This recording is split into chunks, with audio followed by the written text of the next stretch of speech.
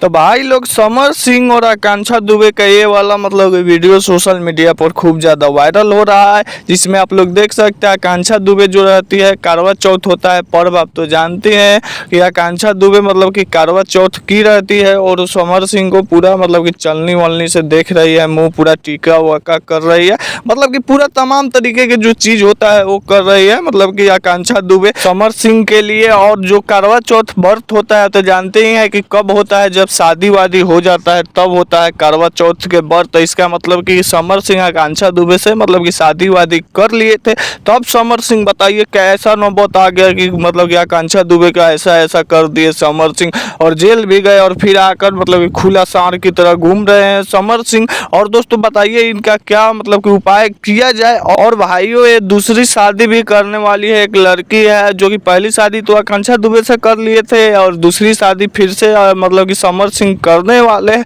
बताइए क्या आरोपी ऐसे घूम रहा है बाहर खुलेआम और जेल भी गया, फिर इसको कुछ फर्क नहीं पड़ने वाला है, लोग गाना सुन ही रहा है, करियर सही चल ही रहा है, तो इसको क्या फर्क पड़ने वाला है। इतनी अच्छी हीरोइन थी आकांक्षा दुबे, उनको ऐसा ऐसा कर दिया समर सिंह। आप लोग वीडियो को शेयर कीजिए, वीडियो को लाइक कीजिए, चैनल पर नहीं तो सब्सक्राइब कीजिए। तो बाय।